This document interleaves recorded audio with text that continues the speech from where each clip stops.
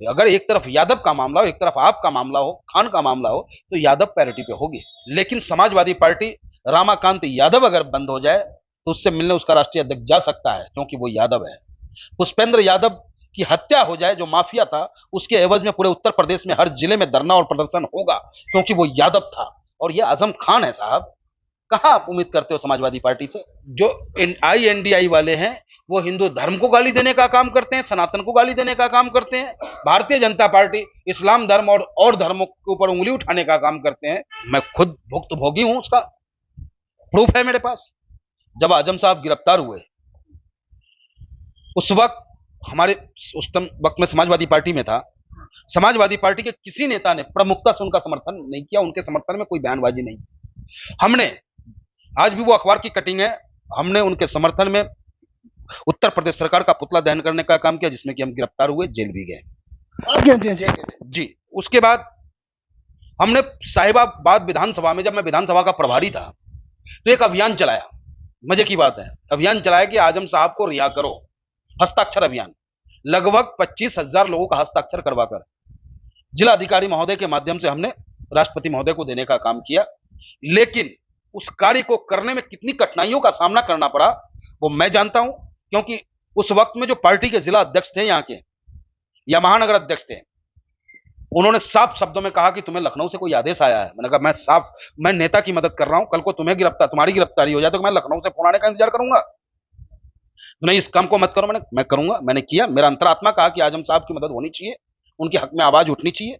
हमने आवाज उठाया और ज्ञापन देने का काम किया, और उसका नतीजा है कि जब टिकट देने की बारी आई तो ठन ठन की ठनकार, ये दुनिया है काला बाजार की, पैसा बोलता है। पैसे वाले को टिकट दे दिया गया, और आज पार्टी में हाँ जी, पैसे लेकर टिकट लिया गया।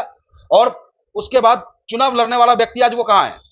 और आज हमें देखो आप, बैरिस्टर असदुद्दीन ओवैसी साहब ने हमें जो सम्मान दिया, आजीवन उनका ऋणी रहूंगा और आजीवन उनके साथ मरते दम तक उनके लिए संघर्ष करता रहूंगा। सोशल मीडिया पे ये भी चल रहा है कि आजम खान को पार्टी की तरफ से मदद नहीं मिल रही, इस वजह से उन पर कार्रवाई हो रही है। आपको क्या लगता है? 100%। और आजम साहब आज बाहर भी आए हैं, तो एन केन प्राकरण, उसमें बैरिस्टर असदुद्दीन ओवैसी साहब का बहुत बड़ा योगदान है। आपने देखा होगा, हर मंच से आजम साहब के समर्थन में उन्होंने अपनी बयानबाजी की, जहां तक हो सका उन्होंने अपना प्रयास किया। लेकिन समाजवादी पार्टी रामाकांत यादव अगर बंद हो जाए तो उससे मिलने उसका राष्ट्रीय अध्यक्ष जा सकता है, क्योंकि वो यादव है। पुष्पेंद्र यादव की हत्या हो जाए, जो माफिया था, उसके एवज में पूरे उत्तर प्रदेश में हर जिले में धरना और प्रदर्शन होगा, क्योंकि वो यादव था। और ये आजम खान है साहब। कहां आप उम्मीद करते हो समाजवादी पार्टी से? तो करते अब इतना कहने के बाद भी आप नहीं समझ पा रहे हो। अगर एक तरफ यादव का मामला हो, एक तरफ आपका मामला हो, खान का मामला हो, तो यादव पैरिटी पे होगी, आप नहीं है। सिर्फ कहने के लिए समाजवादी हैं वो परिवारवादी हैं, वो पूंजीवादी हैं, पूंजीवादी के समर्थक हैं। वो समाजवाद सिर्फ नाम रह गया है। जब इनकम टैक्स का रेट बढ़ा तो वो जो कौशिक जो है, एकता कौशिक के क्या नाम है, गाजियाबाद में, आजम खान की करीबी और आजम खान की मुंह बोली बहन है वो। अब बताओ क्या कहोगे आप इसे?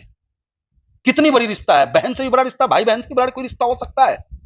और जिस आजम खान को आप कहते हो कि मुसलमान हिंदू विरोधी है, कहते हो ना, लेकिन वही आजम खान का अगर मुंह बोली बहन कोई है तो एक कौशिक है, ब्राह्मण है।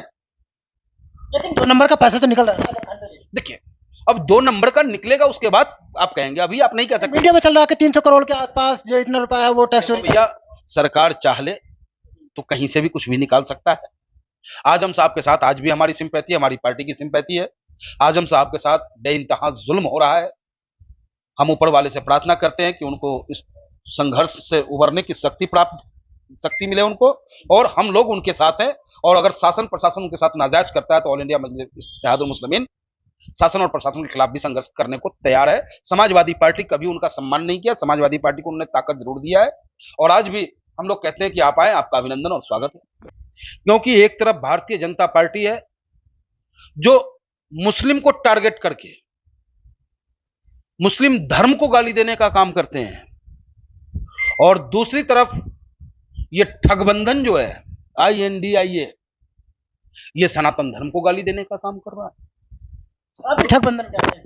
बिल्कुल, ये ठगबंधन ही है। ये अपने बचाव के लिए ये लोग राजनीति कर रहे हैं, देश के लिए या देश के लोगों के लिए राजनीति नहीं कर रहे। तो कहता है कि हम प्यार की मोहब्बत। वो कौन सी मोहब्बत की दुकान है जिस मोहब्बत की दुकान में किसी मजहब, किसी धर्म, किसी संप्रदाय को गाली दिया जाता हो? ये कौन सी मोहब्बत है, बताइए आप हमें। क्या फर्क रह गया भारतीय जनता पार्टी और इस गठबंधन के अंदर में? ये दोनों के दोनों मक्कार हैं, दोनों के दोनों सत्ता के खूनी भेड़िए हैं, सत्ता प्राप्त करना चाहते हैं, चाहे वो हिंदू धर्म को गाली देने की बात हो या मुस्लिम धर्म को गाली देने की बात हो। हिंदुस्तान में सिर्फ एक ही पार्टी है जो किसी धर्म को अपशब्द नहीं कहती। हिंदुस्तान में सिर्फ एक ही पार्टी है जो चाहता है कि सनातन धर्म वाले अपने धर्म को मनाए, मुसलमान अपने धर्म को माने, ईसाई अपने धर्म को माने और सिख अपने धर्म को माने, और वो पार्टी है ऑल इंडिया मजलिस इत्तेहादुल मुस्लिमीन। मैं तो अपील करूंगा कि इन चौकीदारों और दुकानदारों से सावधान होकर हिंदुस्तान के साफ, स्वच्छ, कर्मठ नेतृत्व, ईमानदार नेतृत्व बैरिस्टर साहब के नेतृत्व में अपने मत का प्रयोग करें, जिससे कि एक मजबूत हिंदुस्तान का निर्माण हो सके। लेकिन आप क्या देख रहे हैं, जब चाहे मायावती हो या ओवैसी, इन्हें तो कोई पूछे ही ना। हम कमाल करते हो क्यों? हम पूछने और ना पूछने का क्या मतलब है? क्या हम चोरों के साथ अपनी दोस्ती कर लें? चोर मौसेरा भाई हो रहे हैं। एक मुसलमान को गाली देता है, एक कहता है मैं इस्लाम खत्म कर दूंगा, एक कहता है मैं दाढ़ी टोपी के खिलाफ बोलूंगा, और एक जो है सनातन धर्म तिलक चूटिया के खिलाफ बोलेगा, वो जनों के खिलाफ बोलेगा। यह हिंदुस्तान बहुधर्मी है। इस संविधान और धर्म दोनों एक दूसरे के पूरक हैं। जब तक हम कोई भी इंसान जिस मजहब में जन्म लिया हो और उस मजहब का एहतराम नहीं करता, उस मजहब को नहीं जानता हो, तो वो जानवर के समान हो जाता है ना। और एक तरफ भारतीय जनता पार्टी है कि जो हेमंत बिस्वा शर्मा है, उसका बयान आप सुनते हो ना, किस तरीके का बयान देने का काम करता है वो। और दूसरी तरफ ये गठबंधन है, कभी आरजेडी का वो चंद्रशेखर, वो शिक्षा मंत्री कैसे बना दिया वो तो भगवान ही जाने। क्या वो शिक्षा मंत्री के लायक भी है? आज समाजवादी पार्टी में देख लो, ये क्या कहते हैं इसको, मौर्या को। क्या है मौर्या? जब मन में आएगा तुम गाली बक दोगे। डीएमके को देख लो आप, तो ये सब एक प्रायोजित है। जो INDI वाले हैं वो हिंदू धर्म को गाली देने का काम करते हैं, सनातन को गाली देने का काम करते हैं। भारतीय जनता पार्टी इस्लाम धर्म और धर्मों के ऊपर उंगली उठाने का काम करते हैं। तो इन सबसे अगर बचना है तो राजनीति को। वो तो ये कह रहे हैं कि इंडिया गठबंधन ये बोल रहा है कि हम संविधान और भारत को बचाएंगे।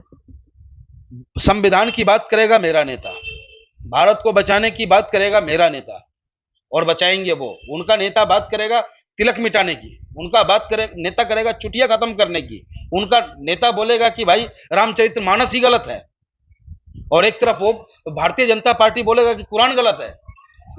RSS भगवान हो रहा है मेरा, RSS खुदा हो रहा है मेरा। सनातनी के रक्षक। अरे काय का रक्षक है वो सनातनी का? सनातनियों का व्यापारी है ये लोग।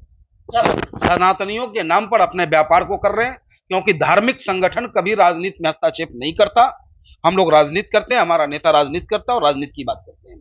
ठीक है, बहुत बहुत शुक्रिया इन तमाम मुद्दों पर बात करने के लिए। फिलहाल हम इस वीडियो को यहीं पर खत्म करते हैं, फिर किसी और मुद्दे के साथ मिलेंगे, तब तक के लिए धन्यवाद।